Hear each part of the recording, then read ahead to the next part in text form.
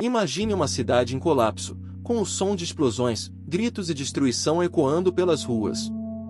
Essa foi a realidade de Nanquim em dezembro de 1937, quando as tropas japonesas tomaram a cidade chinesa em um dos episódios mais sombrios do século XX. Para entender o massacre, é preciso voltar à Segunda Guerra Sino-Japonesa. O Japão buscava expandir seu território. Após conquistar Xangai, o exército japonês marchou em direção a Nanquim, então capital da China. Quando chegaram, a cidade já estava praticamente abandonada por tropas chinesas, mas o que veio a seguir não foi uma simples ocupação militar. Foi um verdadeiro inferno. Durante 6 semanas, Nanquim foi palco de atrocidades indescritíveis. Estima-se que cerca de 300 mil pessoas foram mortas, a maioria civis. Homens, mulheres, idosos e crianças se tornaram alvos de uma violência sistemática. Há relatos de execuções em massa, e outros tipos de brutalidade, saques e destruição generalizada. Para entender a profundidade do massacre de Nanquim, é preciso olhar mais de perto os detalhes que marcaram essa tragédia. A violência não foi apenas indiscriminada, ela foi deliberada, meticulosamente cruel. Logo após a invasão, soldados japoneses começaram a executar prisioneiros de guerra em massa. Muitos desses homens eram amarrados e levados para áreas remotas, onde eram assassinados de formas brutais. Há registros de tropas que usaram baionetas, espadas e até fogo para exterminar grupos inteiros. Para eles, era como um treinamento de guerra, uma ideia que, só de imaginar, já arrepia a espinha. E os civis? Não houve distinção. Mulheres, desde meninas até idosas, foram vítimas de horrores sistemáticos, que nem se pode contar aqui pelo risco do canal cair. Calcula-se que cerca de 20 a 80 mil mulheres tenham sofrido essa violência, muitas delas assassinadas logo depois. Em muitos casos, os agressores competiam entre si, buscando formas mais sádicas de exercer seu poder. Famílias inteiras foram destruídas diante de seus próprios olhos.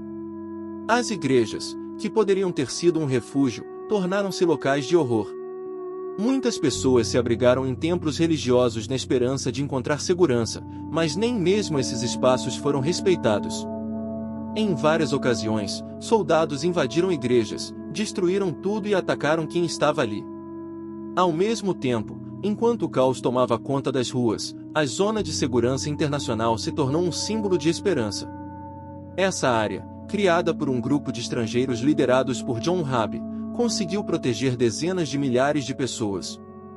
Embora a zona estivesse longe de ser um paraíso, já que os recursos eram escassos e o medo constante, ela ofereceu um pequeno respiro em meio ao inferno. O que torna tudo ainda mais assustador é a frieza com que muitos atos foram documentados pelos próprios agressores.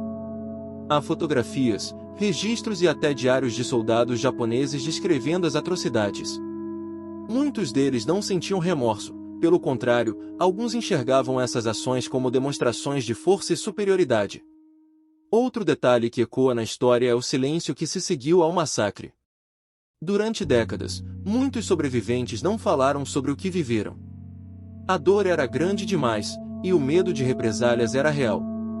Só muito tempo depois, vozes começaram a se levantar, pedindo justiça e reconhecimento. Mas por que isso aconteceu? Muitos historiadores apontam que o exército japonês estava frustrado com a resistência chinesa em Xangai e descarregou essa raiva em Nanquim. Além disso, havia uma cultura militar extremamente rígida, onde os soldados eram ensinados a desumanizar seus inimigos. Um dos aspectos mais chocantes do massacre é a brutalidade. Existem relatos de competições entre soldados para ver quem matava mais pessoas com uma espada, algo que foi até noticiado na imprensa japonesa da época, como se fosse um ato heróico. Apesar da destruição, o massacre também revelou atos de humanidade e resistência. Alguns estrangeiros que viviam em Nanquim criaram uma zona de segurança internacional para proteger os civis. Pessoas como John Rabe, um alemão membro do Partido Nazista, usaram sua influência para salvar milhares de vidas. Esses atos mostram que, mesmo em meio ao caos, ainda havia espaço para a compaixão. O massacre de Nanquim é mais do que um capítulo sombrio da história. Ele carrega as marcas da crueldade humana, mas também a força de um povo que, mesmo devastado, nunca desistiu de seguir em frente. Depois da tragédia, Nanquim ficou irreconhecível. As ruas, que antes eram cheias de vida, tornaram-se um cemitério a céu aberto. A população, traumatizada, tinha que reconstruir não apenas suas casas, mas suas almas. Era como se o próprio espírito da cidade tivesse sido arrancado. Aqueles que sobreviveram levaram consigo cicatrizes físicas e emocionais que atravessaram gerações. Famílias foram destruídas, lares desfeitos, e a dor tornou-se parte da identidade de muitos. Mas o mais difícil foi o silêncio que veio depois. Durante anos, os relatos do massacre ficaram abafados, seja por medo, seja por política.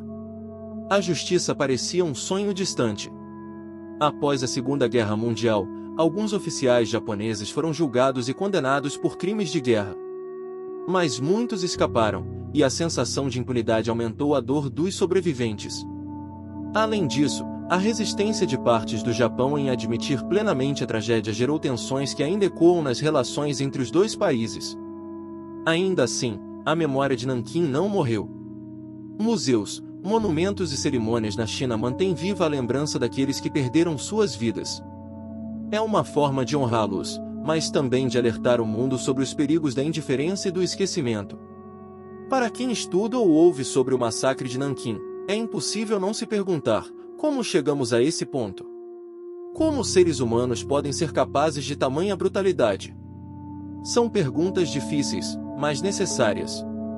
Elas nos forçam a encarar o lado mais sombrio da nossa história, enquanto nos desafiam a sermos melhores.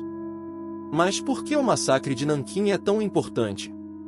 Além de ser um lembrete dos horrores da guerra, ele também carrega uma ferida aberta entre a China e o Japão. Até hoje, o reconhecimento do massacre é um tema sensível. Enquanto a China mantém viva a memória da tragédia, partes do Japão ainda resistem a admitir a extensão dos crimes. O massacre de Nanquim não é apenas uma história de horror. É também uma história de sobrevivência, de luta pela justiça e de uma lição que a humanidade não pode ignorar. Que esse episódio nos inspire a nunca virar as costas para a dor do próximo e a trabalhar todos os dias para construir um mundo onde tragédias assim nunca mais aconteçam. Não se esqueça de curtir o vídeo, se inscrever no canal e ativar o sininho para receber notificações de novos conteúdos. Deixe seu comentário e sugestões de temas para vídeos. Até mais!